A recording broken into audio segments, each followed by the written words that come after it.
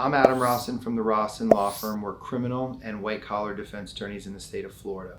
And in today's video, we're going to talk about a great case result that we had. It was a petty theft shoplifting charge, and we helped our client Dan achieve his best future.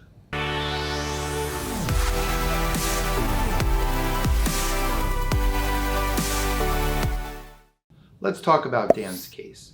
So Dan was shopping one day at Target, and he's there kind of just, shopping along, meandering along in his cart, getting items, doing his thing, right? No problem at all. This is the Target right next to Dan's house out in West Broward. And Dan's leaving, and there's, he leaves, he pays, he does his thing, and there's an overzealous loss prevention officer. So an LPO, these are wannabe cops, basically find him and chase him down outside the store. And this guy is like yelling at Dan. He's like, "You didn't pay for all your items. I caught you. I'm going to have you arrested." And he really gets up in Dan's face. And Dan starts, he's like, "Well, I don't know what you're doing. What are you talking about?" He's like, "Here's my receipt." And they're like, "You concealed other items," and on all these accusations.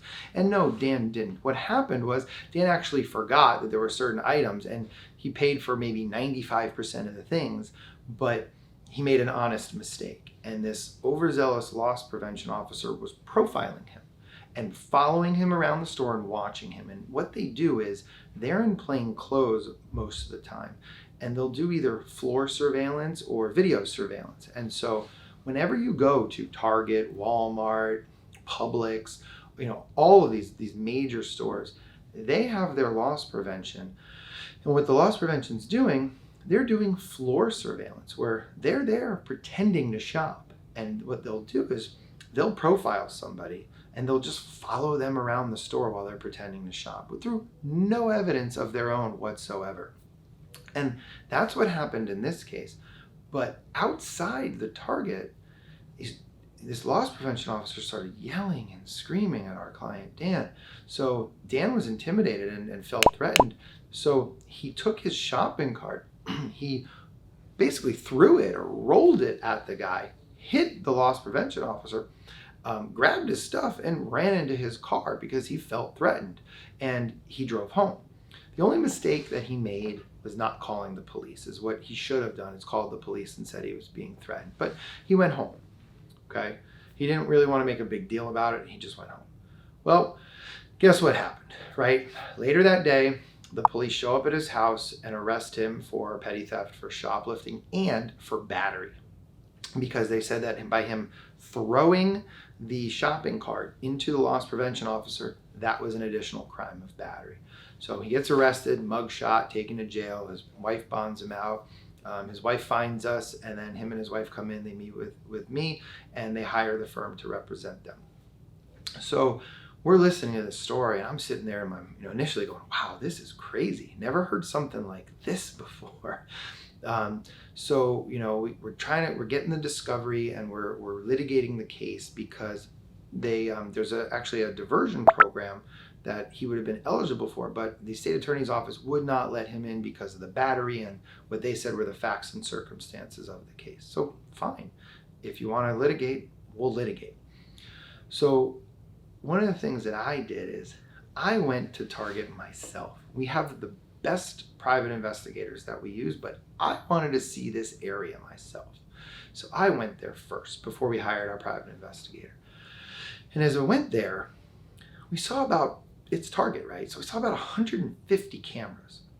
And I'm myself meandering around, just taking pictures of where all the camera locations are, right? So we can really get this whole view of Target.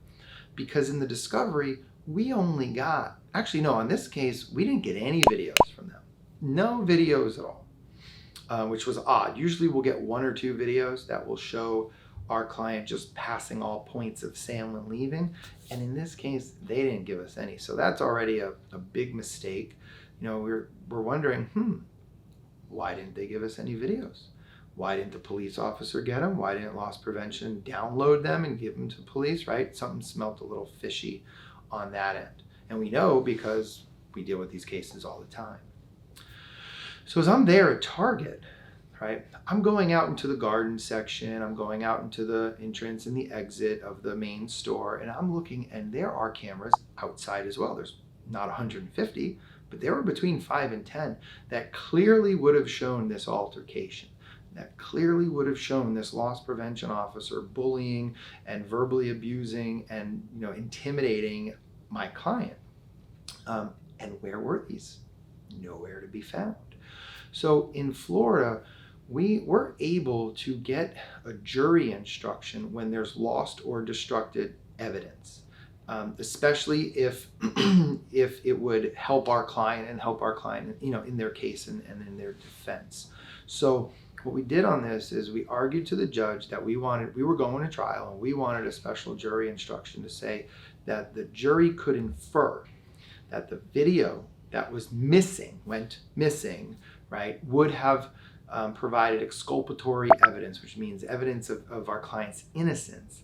And that's huge, because that's, was our defense. He was accused of battering this person, and he was accused of theft.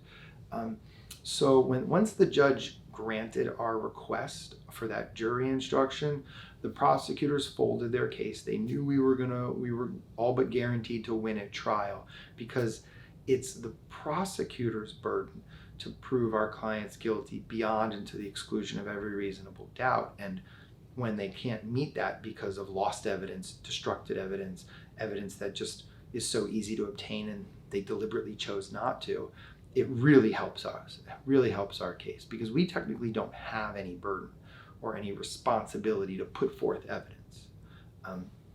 And so the prosecutors folded, charges were dismissed, our client was innocent, he was vindicated.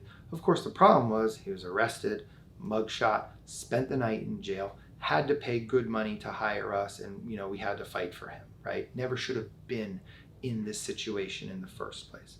Luckily, he called the right firm.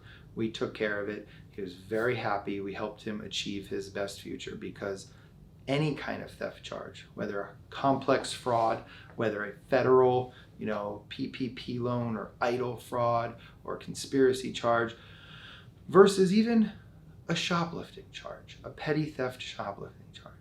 Any theft charge can ruin somebody's life and ruin their future, because nobody's going to want to hire a thief, right? Or somebody untrustworthy.